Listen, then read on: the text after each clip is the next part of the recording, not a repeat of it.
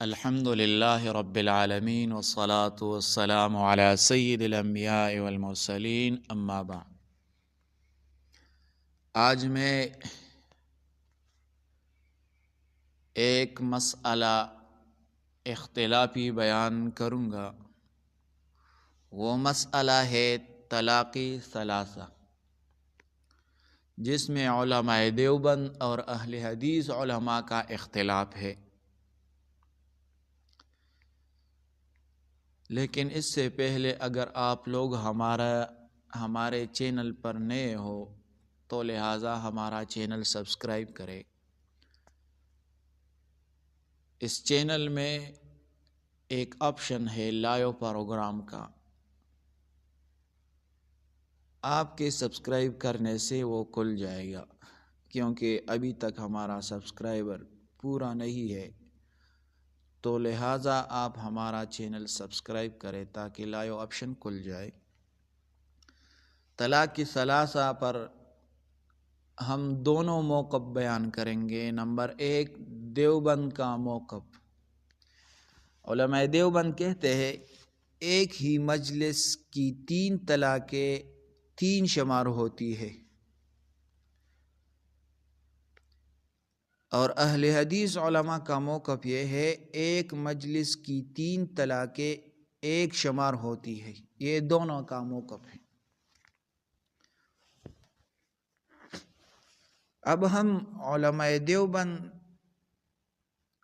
کے دلائل ذکر کریں گے۔ علماء دیوبند کے دلائل یہ ہے، پہلا دلیل یہ ہے قرآن مجید سے ہے، الطلاق مرتان، سورۃ بقرہ 229 نمبر آیت ہے۔ طلاق 2 بار ہے۔ علماء دیوبند اس سے استدلال کرتے ہیں اللہ نے طلاق کے بار بتائے ہیں، یعنی ہر مرتن ایک فعل طلاق ہے۔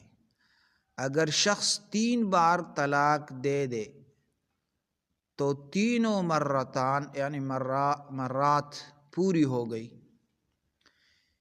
اسی لیے اگلی آیت میں فرمایا فَإِن طَلَّقَهَا فَلَا تَحِلُّ لَهُ، سورۃ بقرہ میں 230 نمبر آیت ہے۔ یعنی اگر وہ اسے تیسری طلاق دے دے تو وہ اس پر حلال نہیں رہتی۔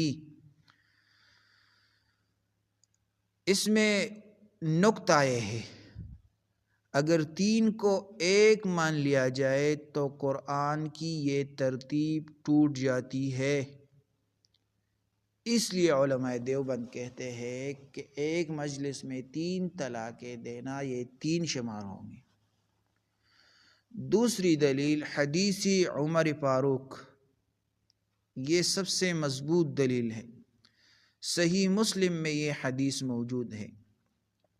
قال ابن عباس رضی اللہ عنہما کان الطلاق على عہد رسول اللہ صلی اللہ علیہ وسلم و ابی بکر وسنتین من خلافت عمر طلاق الثلاث واحدۃ، فقال عمر ان الناس قد استعجلوا في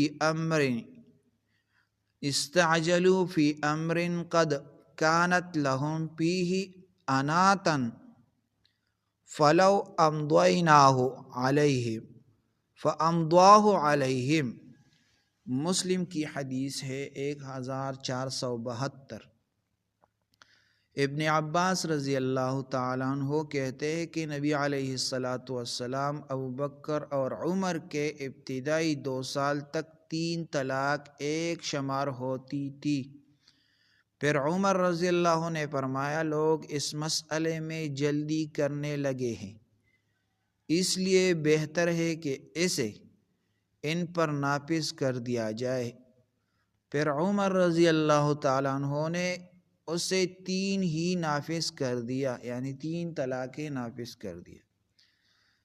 تو علماء دیوبند اس سے استدلال کرتے ہیں خلیفہ راشد کا فیصلہ اجتہاد نہیں بلکہ تعزیر بالسیاسہ تھا، اور امت نے اسے قبول کیا۔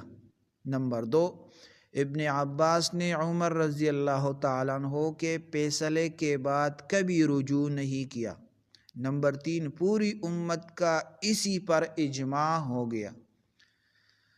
دلیل نمبر 3، جمہور صحابہ کی عملی دلیل مشہور آثار میں ہے۔ علی ابن مسعود، عمر، عثمان، زید بن ثابت، ابن عمر سب تین کو تین مانتے تھے۔ یہ لکھا ہے مصنف ابن ابی شیبہ اور سنن بہقی میں۔ دیوبند کا اس میں نقطہ ذکر کرتے ہیں کہ عقیدہ و فقہ کے مسائل میں قول صحابی حجت ہے۔ جب اتنے صحابہ کا عمل ایک ہو تو پھر مخالفت کسی کی نہیں چلتی۔ دلیل نمبر 4، قیاس اور اصول فقہ۔ نقطہ یہ ہے طلاق ایقاع ہے، یعنی مرد کا ایک طرفہ اعلان۔ جب ایک جملے میں 3 مرتبہ لفظ ادا ہوا تو 3 ایقاعات ہو گئے۔ مثال کے طور پر جیسے اگر کوئی کہے میں اپنا مکان تمہیں 3 بار بیچتا ہوں، تو عرب میں یہ 3 بیع سمجھی جاتی ہے۔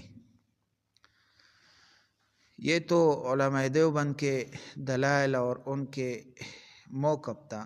اب ہم اہل حدیث علماء کا موقف تو ہم نے بیان کیا، اب ہم دلائل بیان کریں گے۔ حضرت ابن عباس رضی اللہ عنہ جو اہل حدیث نے جو دلیل میں لیا ہے، ابن عباس رضی اللہ عنہ یہی حدیث اہل حدیث کہتے ہیں کہ نبی علیہ السلام کے دور میں 3 ایک شمار ہوتی تھی۔ علماء دیوبند نے جو ابن عباس رضی اللہ عنہ دلیل میں لیا ہے، اہل حدیث یہی حدیث اہل حدیث کہتے ہیں کہ نبی علیہ السلام کے دور میں 3 ایک شمار ہوتی تھی۔ علماء دیوبند جواب دیتے ہیں یہ روایت ابتدائی دور کے لیے تھی، جب لوگ طلاق کے استعمال میں محتاط تھے۔ بعد میں نبی علیہ السلام نے کبھی 3 کو ایک شمار نہیں کیا، بلکہ حدیث میں ہے اَيْلَتُمَّ عَلَىٰ أَنفُسِكُمْ ثَلَاثًا جَمِيعًا۔ سنن نسائی 3401 میں لکھا ہے، کیا تم نے اپنے آپ پر ظلم کیا 3 ایک ساتھ؟ یہاں نبی علیہ السلام نے 3 کو 3 ہی فرمایا، صرف ناراضی کا اظہار کیا۔ حدیث رکانہ میں ہے، اہل حدیث کہتے ہیں کہ رکانہ نے بیوی کو 3 طلاق دی، نبی علیہ السلام نے ایک شمار کی۔ علماء دیوبند جواب دیتے ہیں رکانہ والی روایت مختلف طرق سے منقطع، مضطرب اور ضعیف ہے۔ صحیح روایت میں ہے کہ اس نے ایک ہی طلاق دی تھی۔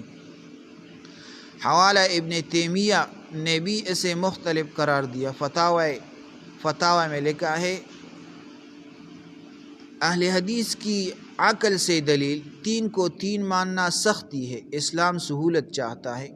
تو علماء دیوبند جواب دیتے ہیں سہولت اپنے مقام پر ہے، لیکن شریعت کے نصوص کسی کی سہولت کی خواہش پر نہیں بدلتے۔ اگر ایسا ہو تو ہر سزا اور ہر حد ختم ہو جائے۔